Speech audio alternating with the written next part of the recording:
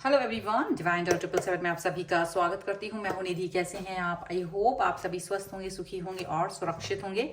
आज की जो रीडिंग है वो कलेक्टिव जर्नल रीडिंग है, टाइमलेस रीडिंग है। टॉपिक आपके पर्सन की करंट फीलिंग्स आपको लेकर के क्या है हम यहाँ देखेंगे। आपको रहना है पॉजिटिव, कर देना है वीडियो को लाइक, चैनल को सब्सक्राइब अगर अब तक नहीं किया है तो। पर्सनल रीडिंग चाहते हैं अगर आप, तो उसके लिए आप मुझे व्हाट्सएप पर मैसेज कर सकते हैं। रीडिंग स्टार्ट है 199 रुपीज ऑनवर्ड्स। मिनी रीडिंग से लेके डिटेल रीडिंग तक करवा सकते हैं। अगर आप सीखना चाहते हैं टैरो कार्ड रीडिंग तो उसके लिए भी आप मुझे लर्निंग का मैसेज कर सकते हैं।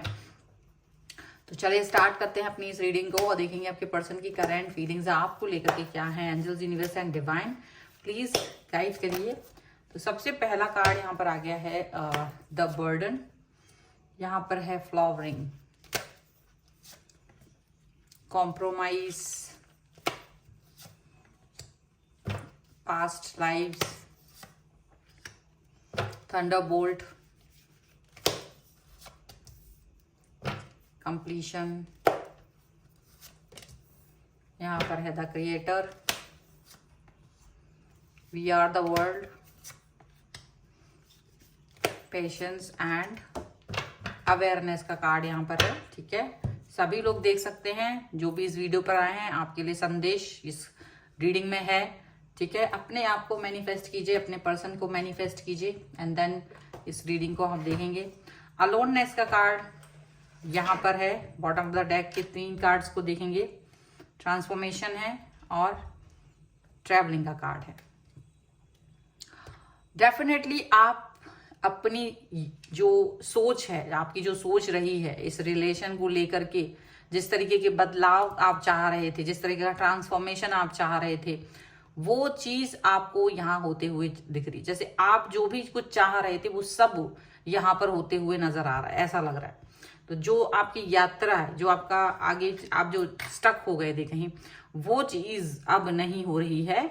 आप खुद उस बदलाव को फील कर पा रहे हैं। आपके अंदर आप इस रिलेशन में वो बदलाव फील कर रहे हो जो इस समय आपको जरूरत थी। शायद ऐसा नहीं है, इस रिलेशन में आपने काफी अकेलापन सहा है, अकेलापन झेला है। बहुत सारा चीजों का बर्डन भी रहा है जो कि अननेसेसरी था, बिल्कुल जरूरी नहीं था। बट क्योंकि आप इस रिश्ते को निभाना चाह रहे थे तो आप उस रिश्ते में आपने उन बर्डन को झेला। आप उस मतलब आपकी शक्ति भी नहीं थी, जितना आपके अंदर धैर्य भी नहीं था, आपकी सहन शक्ति भी नहीं थी।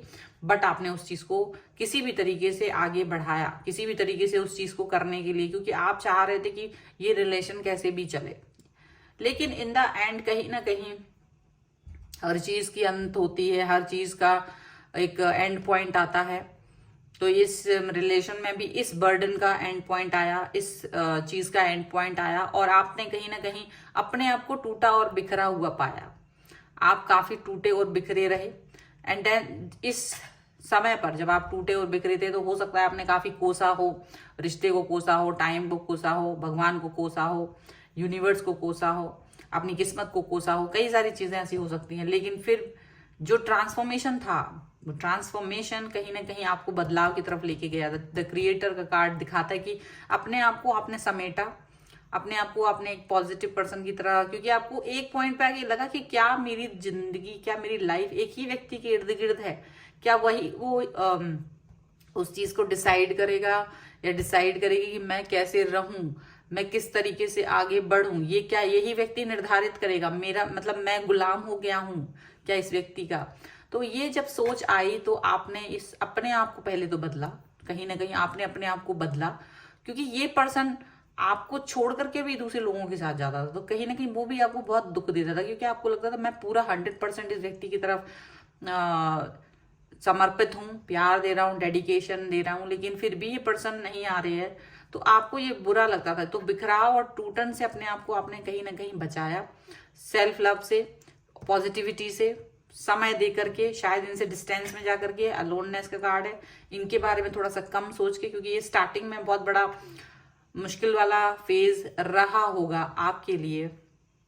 लेकिन ये चीज आपने की, शायद उस रिश्ते में रहते रहते भी किए कई लोगों ने, पर कुछ लोगों ने इस रिश्ते से थोड़ा सा डिस्टेंस में जाकर के भी की है। अभी चीजें क्या हो रही हैं, अभी जो ये वक्त आपका गुजर रहा है वो कुछ इस तरीके के गुजर रहा है कि नाउ यू आर फ्लावरिंग का कार्ड यहाँ पर डेफिनेटली आप अपने आप में अच्छे बुरे का ज्ञान रखते हो, पॉजिटिव हो, इमोशनल हो, बट कहीं ना कहीं अपने आपको पहले रखते हो प्रायोरिटी पे। अब आपने पहले सेंटर पॉइंट कोई और था, लेकिन अभी सेंटर पॉइंट चेंज करके आपने अपने आप को सेंटर पॉइंट पे रख दिया है कि now I am the centre point of my life. मैं अपने जिंदगी का सेंटर पॉइंट हूँ, मेरे ही इर्द गिर्द मेरी कहानी घूमेगी। मैं अपने आप को प्रसन्न करूं, ये मेरे लिए इंपॉर्टेंट है, लेकिन दूसरे को हर्ट नहीं करना है, ये भी चीज है। तो जो पर्सन आपके लिए बर्डन बन गया था, वो जिस भी व्यक्ति के साथ में रहे हैं या जो भी उनकी सिचुएशन थी जिनमें वो बहुत खुश रहते थे, कुछ भी हो सकते हैं, उनके एडिक्शंस हो सकते हैं, उनका लाइफस्टाइल हो सकता है, या वो कुछ लोग हो सकते हैं जिनके साथ उनका बड़ा उठना बैठना हुआ करता था, वहां उनको कर्मा मिलना शुरू हो गया। क्योंकि जब आप अपने आप को अपने में समेट लेते ना, जब आप लोगों की परवाह करना छोड़ देते कि इसको कर्मा मिले, इसको ऐसा हो, इसके साथ मैंने मेरे साथ बुरा किया, इसके साथ बुरा हो, जब आपकी ये प्रवृत्ति रहती है तब तक आप उसको कर्मा नहीं मिलता। उल्टा आप देखते वो बहुत फ्लरिश हो रहा है, वो ज्यादा खुश रह रहा है, वो ज्यादा हैप्पी है, उसको देख के तुम और दुखी होते हो।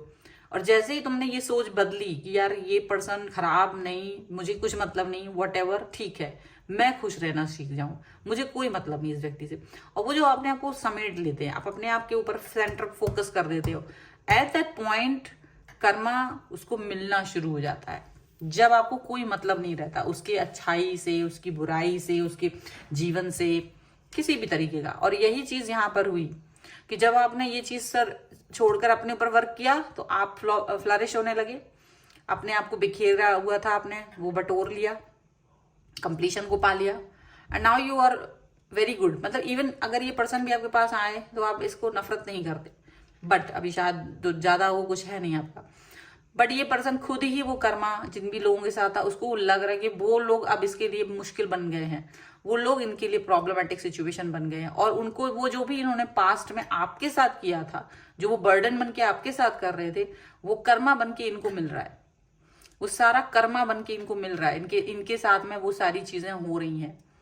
इनको सच्चाई, थंडरबोल्ट का कार्ड है, इनको ये फील हो रहा है कि आप जब तक लाइफ में थे तब तक इनकी लाइफ खुशियों से भरी थी, लेकिन जब से आपने मुंह मोड़ लिया है, जब से आपने ज्यादा इन पर फोकस करना बंद कर दिया, तब से इनकी जीवन में कठिनाई आने लगी हैं, प्रॉब्लमेटिक सिचुएशंस आने लगी हैं।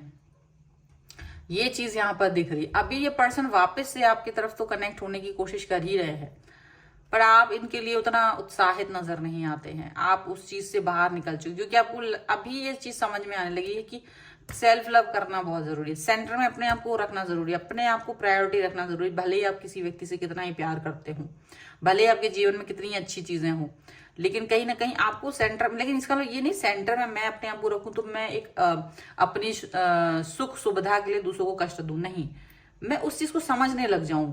जब मैं सेंटर में अपने आप को रखूं तो मैं ये समझने लग जाऊं कि जो मेरे इर्द गिर्द लोग हैं उनको कष्ट ना हो, क्योंकि उनको कष्ट होने से वो दुख मुझे ज्यादा होगा। तो कहीं ना कहीं जब आप अपने आप को वो मानवीय गुणों के साथ कहीं रखते हैं तो आप दूसरों को कष्ट नहीं पहुंचा रहे होते। वो ऐसा वाला सेंटर पॉइंट में अपने आप को रखने की बात यहाँ हो रही है। इसका मतलब ये नहीं कि आप दूसरों को तकलीफ दें, कि खुद को खुश करना है तो दूसरा तकलीफ में जाए, नहीं, किसी का अहित ना हो, ये ध्यान में रखते हुए ये चीज की है। और चूंकि इस चीज को करते करते कई लोगों के लिए थोड़ा वक्त लगा है, देखिए ये चीज पूरा ये चीज होने में, ये पूरी कहानी बुनने में पेशेंस का कार्ड है, काफी वक्त लगा है, और वो वक्त आपने अपने को जला के गुजारा है, अपने मन को जला के, अपने अहंकार को जला के, अपनी इच्छाओं को जला करके जो आपने चीजें पाई है ना, जो वो निखार आया है ना, पहले आप जल गए, लेकिन फिर बाद में जो वो अंदर से आपको वो फील हुआ, वो दिव्यता फील हुई, वो पॉजिटिविटी फील हुई, जो वो चीज वो आपने जो अचीव की है ना, वही चीज आपको मिल रही है अब। वो जो आपने पहले अपने को बहुत जलाया है, तपाया है इस सिचुएशन में, इस रिलेशन में, और कहीं ना कहीं बिकॉज ऑफ दिस पर्सन आप इस सिचुएशन में पहुंचे, तो कहीं ना कहीं जिस व्यक्ति को आप नफरत कर रहे थे ना, उसको कहीं ना कहीं मन में धन्यवाद भी करते हैं, धन्यवाद, थैंक्स कहते हो कि अगर ये व्यक्ति नहीं आता तो ये टर्निंग पॉइंट मेरी लाइफ में आ ही नहीं सकता था, मुझे पता ही नहीं चलता कि मैं अपने आप को कैसे पॉजिटिव करूं। तो ये वो पेशेंस और जो अपने आप को जलाने के बाद जो आपने पाया है ना, इससे आप देख रहे हो कि सारी चीजें पॉजिटिव हो गई और ये पर्सन खुद आपकी तरफ आने की कोशिश कर रही है। खुद इनकी लाइफ में तो जो गड़बड़ हो रहा है हो ही रहा है, लेकिन ये खुद आपकी तरफ आने की कोशिश कर। बट आप अभी आप में ये है कि ठीक है, देखो कुछ लोग होंगे वो उनको एक्सेप्ट करेंगे, कुछ लोग होंगे वो नहीं करेंगे, अपनी अपनी चॉइस है लाइफ में। तो वो अपनी अपनी चॉइसेस के साथ में आप लोग आगे बढ़ रहे हो, ठीक है ना। चलो कुछ और कार्ड्स के थ्रू हम देख लेते हैं कि और क्या निकल के आ रहा है। So angels, universe and divine please guide करिए मुझे।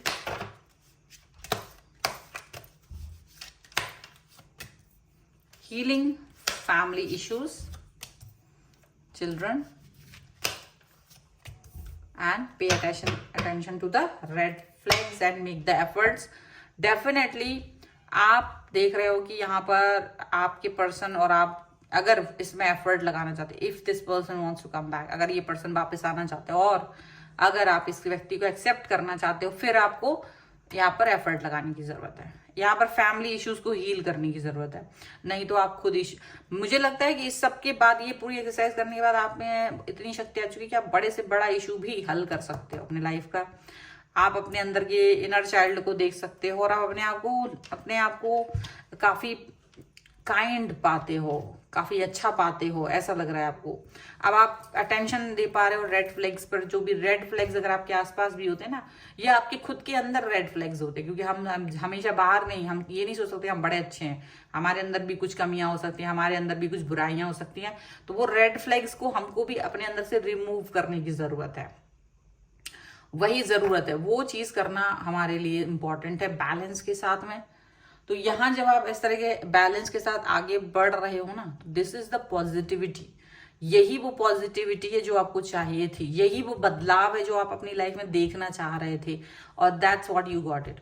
अगर आप में से कई सारे लोग कहेंगे कि अभी ये बदलाव मेरी लाइफ में नहीं आया, तो वो चेंजेस के स्टेप्स पे अभी आप चल रहे हो, नहीं चल रहे हो तो चलना शुरू करो। ये यही स्टेप्स हैं, ठीक है। तो वही स्टेप है, आपको चलना है। बदलाव इसी तरीके से आता है, और जिनको फील हो रहा है वो भी इसी तरीके का फील कर रहे होंगे।